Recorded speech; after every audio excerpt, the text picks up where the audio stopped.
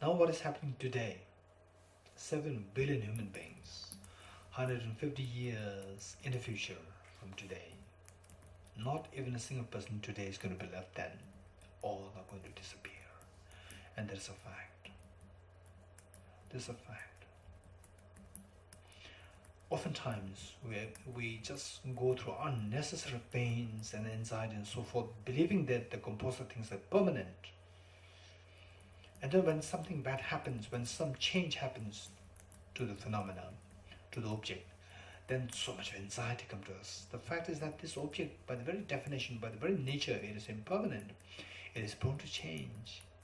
And if we are aware that it is the nature of change, impermanence, the pain would not strike us as much.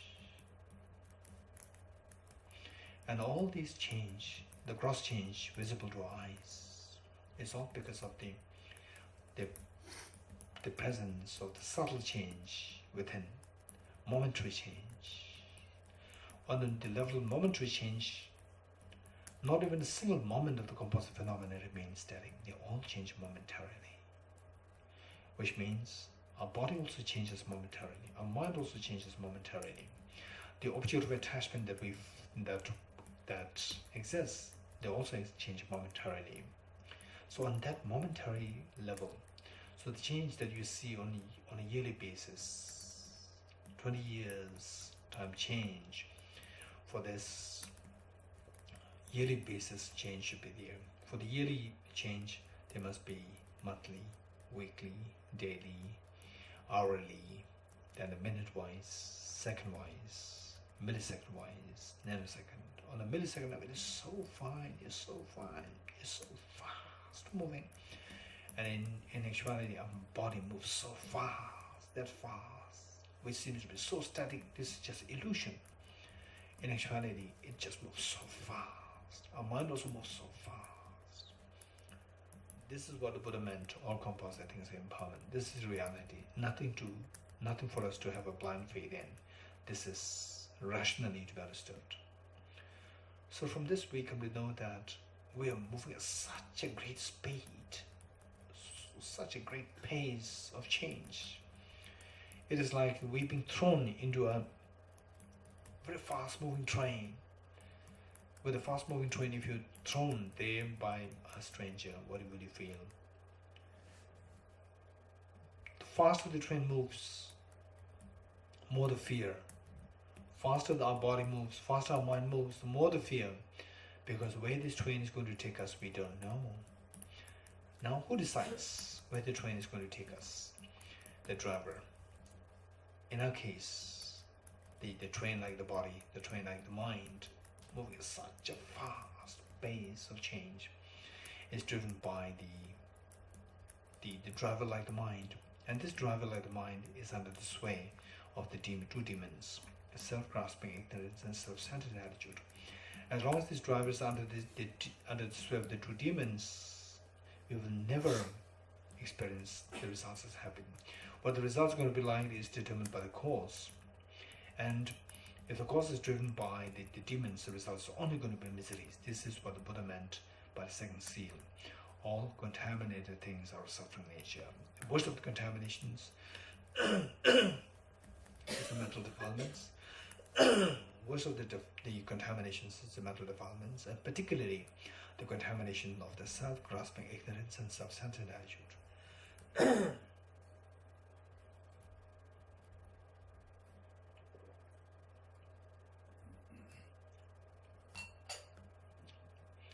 Okay, so with this we see that our body is moving so fast into this change, tremendous change is going there, and under the sway of the two demons. So that the results only going to be miseries. This body is prone to sickness, cancer, and so forth. Headache, diarrhea, cold, heat, the fever, and cancer, the malignancy, and so forth. It is all because this body is just a result of these two demons inside.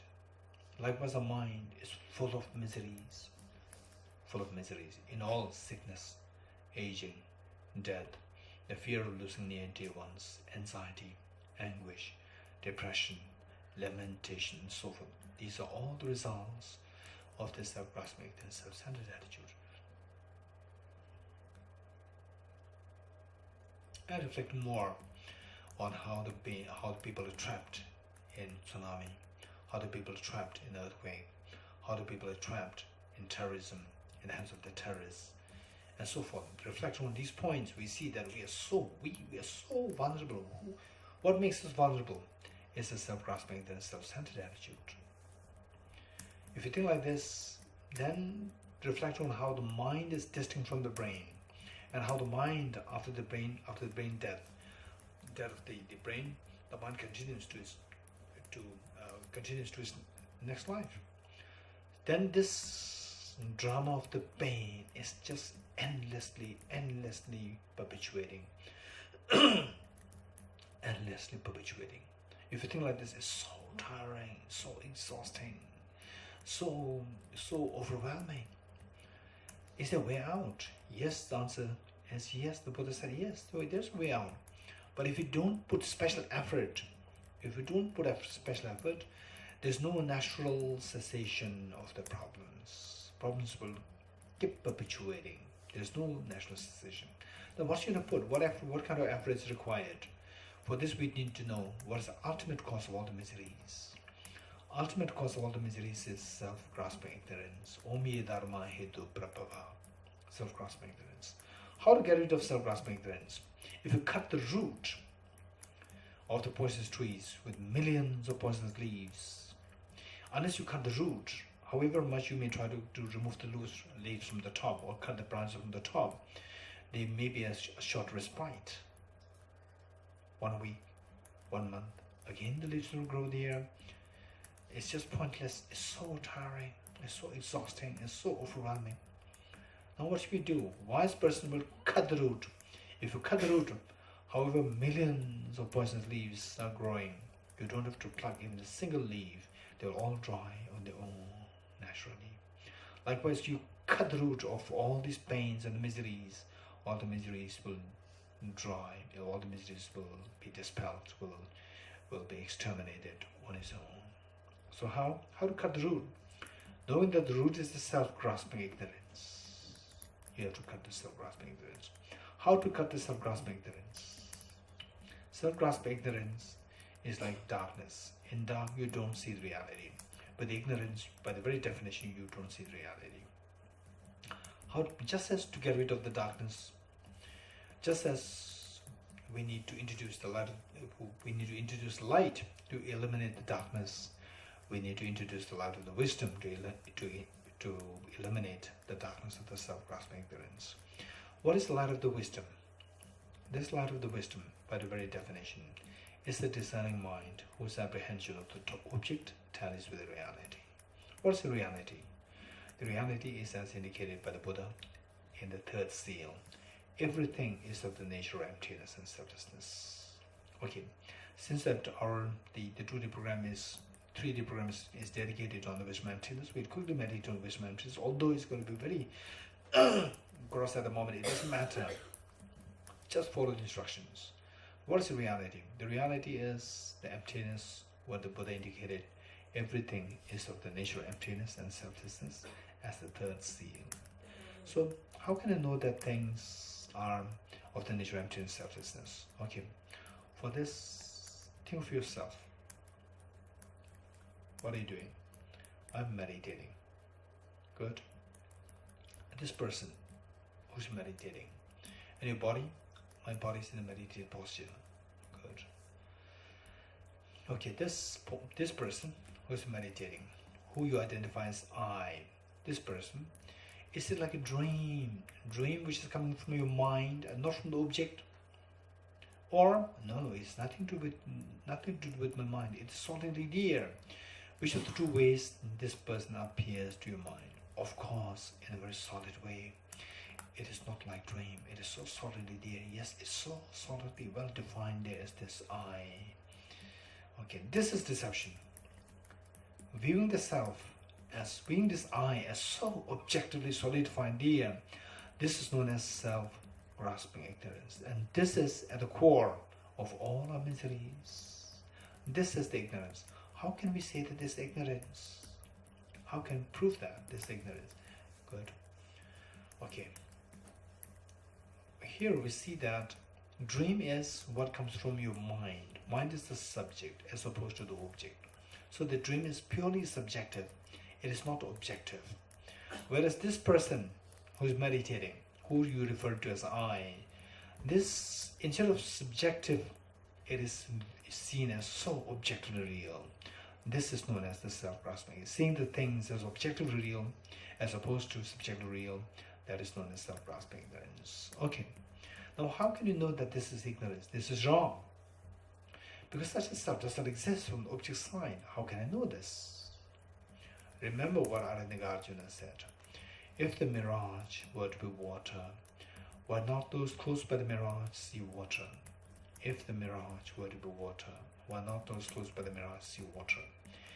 By the same token of reasoning, if this person would exist objectively as opposed to subjective existence, if this person would exist objectively, why don't I see the person as I go closer to the object? If this person would exist objectively, why don't I see this person as I go closer to the object? Okay, now let us go closer to the object to see whether the person really exists from the object as opposed to from the subject. By going closer to the object, you go closer and closer to the object, to this person. First you will see the very thin layer of the skin, which is not this I. We will just discard all those things which are not the I, which are not the self. We'll pick up only that object which is, by going closer to the object, we will pick only that thing which is the self. Well, thin skin is not me, remove that. Beneath that is the fatty tissues, that's also not me. Beneath that is the muscles, the cartilages, the flesh, none of these is me, remove them. Beneath that is the blood vessels, it's also not me. Then the bones, the skeleton, the bone marrows, none of these is me. The heart, the lungs, the pancreas, the kidney, the spleen, liver, none of these is me, remove them. Okay, these form the solid part of me. None of the solid part of me is this person, this I. That solid part is known as the element of the earth. Element of earth is not me, remove that. What is left now? The blood, element of water. Blood which is pumped in and out by the heart to the different parts of the body. That is also not 100%, that is not me, remove that. Next, the element of fire, the body heat. Yes, that is not me. From distance, people can see me, but the people cannot see my body heat. And the body heat is to be sensed through touch, not through your eyes. But people with their eyes can see me. So the body heat, the element of fire is also not me, remove that. What is left? Element of air, air which we breathe in and out through our lungs. Even that is also not me. Remove that. Element of space. Element of space is empty. This body is made of millions of atoms, and atoms are essentially empty in nature. Meaning, atoms are made of electrons and protons. The space between electrons and protons is so massive, is so big as compared to the size of the electrons and protons. So from that point of view, essentially we see that our body is nothing but vacuum, space. Yet, the space and I am a solid in nature, the space and vacuum in nature. These two are directly in opposition to each other. So if this space is also not being removed, that element of space, remove that. What is left now? Only the consciousness of my mind is left. Even your mind is also not you. You're a male or you're a female. And your mind does not have a gender. Gender is designated on the basis of the body. The mind and the body, these two are mutually exclusive. The mind is also not me. And on top of that, others can see me, but nobody can see my mind except myself. So therefore, even this mind is also not me. Remove that. What is left now? Nothing is left. Where is this person who is meditating? Where is this? Now we have gone too close towards the object. Now where is this person? The person disappears. The self disappears. Remain in that experience that Now nothing's left there. This person disappeared. Grab that experience and abide in this experience for a while. Although this is not the ultimate experience of emptiness, but we are going there in that direction as the beginning, as the initial experience.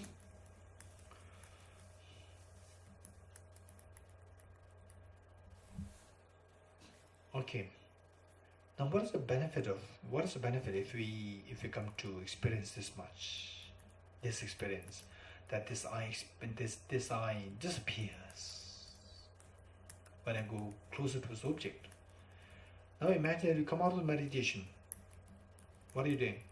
Oh, again this I comes back, which means it's coming back to your perception. Perception is purely subjective. So this I is related to the subjective perception. It's not from the object. From the object we realize that it disappears, but it still appears. Appears means it's a subjective appearance. It's purely subjective. So therefore, this self is subjective. Subjective means from the object side it is empty. So with this experience, what's the benefit? The benefit is that the moment this person disappears in this experience, a tinge of fear can arise in us.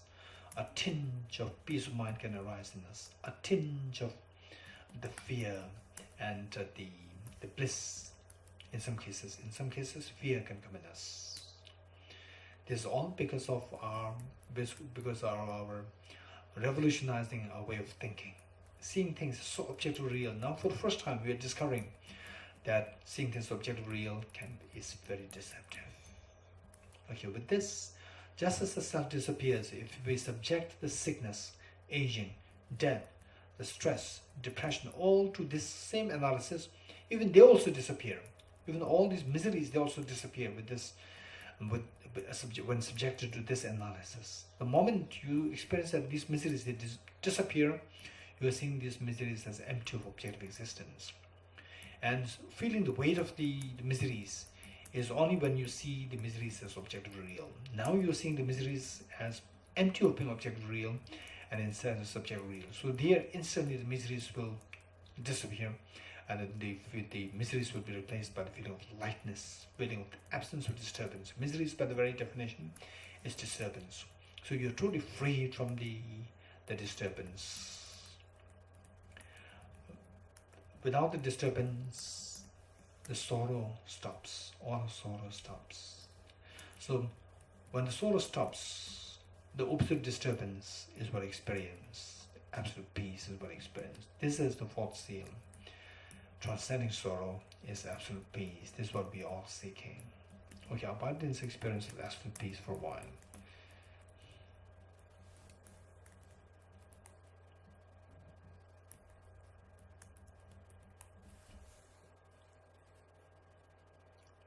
Okay, now slowly come out of meditation.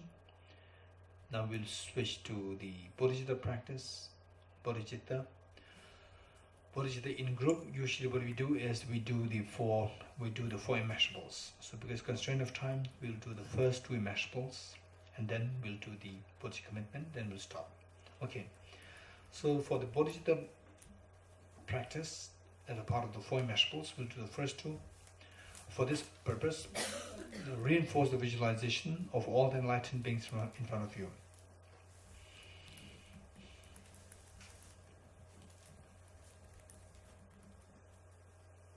Reinforce the visualization of the Bodhicitta field, your two kind parents, all the dear sentient beings, and everyone around you. And specifically, the purpose of this practice is to eradicate the self-centered attitude by cultivating the unconditional love for all dear sentient beings. Okay, the first immeasurable loving kindness. As we did earlier, we're going to just follow the instructions and see how much we can invoke the respective experiences. How good would it be that all my dear mother sentient beings are endowed with happiness and the causes of happiness.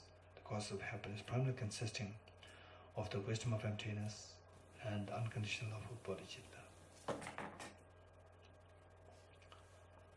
May all my dear Mother Sentient beings be endowed with happiness and the causes of happiness. I will take the responsibility that all my dear Mother Sentient beings are endowed with happiness and the causes of happiness. The Buddhas and Bodhisattvas, witnessing that you make such a courageous commitment, they intensely happy and proud of you.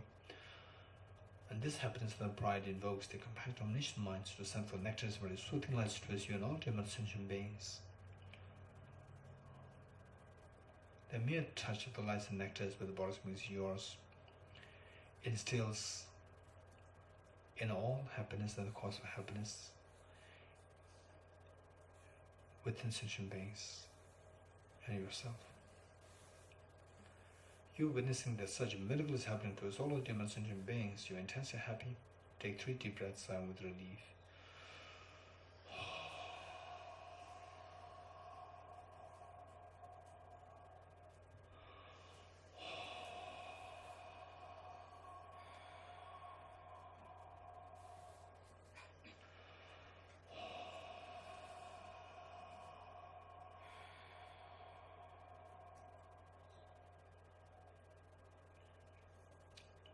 Next, immeasurable compassion. How good would it be that all my dear Mother Sentient beings are freed from the miseries and the cause of miseries. May all my dear Mother Sentient beings be freed from the miseries and the cause of miseries. Cause of miseries primarily consisting of self-grasping ignorance and self-centered attitude. I will take the responsibility that all my dear Mother Sentient beings are free from the suffering and the cause of suffering. The Buddhas and Bodhisattvas, witnessing that you make such a courageous commitment, they intensely happy and proud of you, and this pride and happiness invokes the compassion of omniscient minds to send forth nectars of very soothing lights towards you and all dear Mother Sentient beings. The mere sight of the lights and nectars, the mere touch of the lights and nectars with the bodies mixing yours instills in all the washes of all the miseries and the cause of miseries from the dear sentient beings in yourself.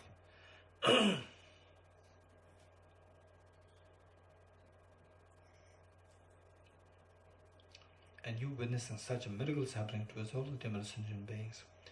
You're intensely happy. Take 3 deep breaths out with relief.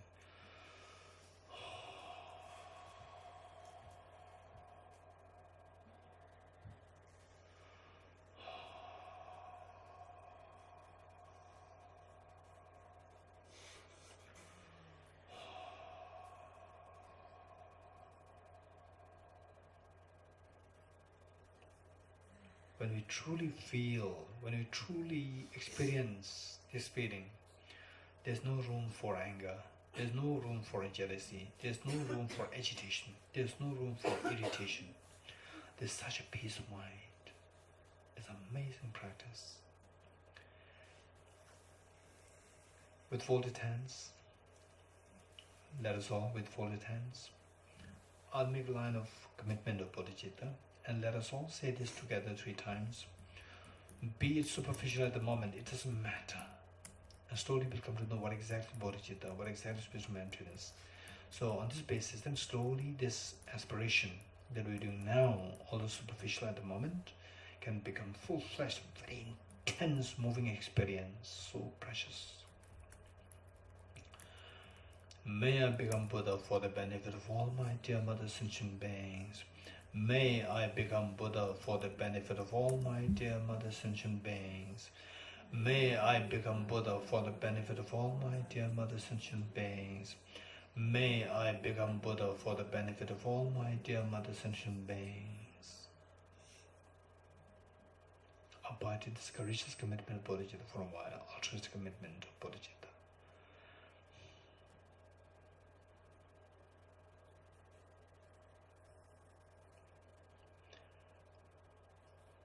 Okay, so tomorrow we will do the full form. Today we just did half. Now what we do is that we come to the end dedication prayer, page 43. Page 43.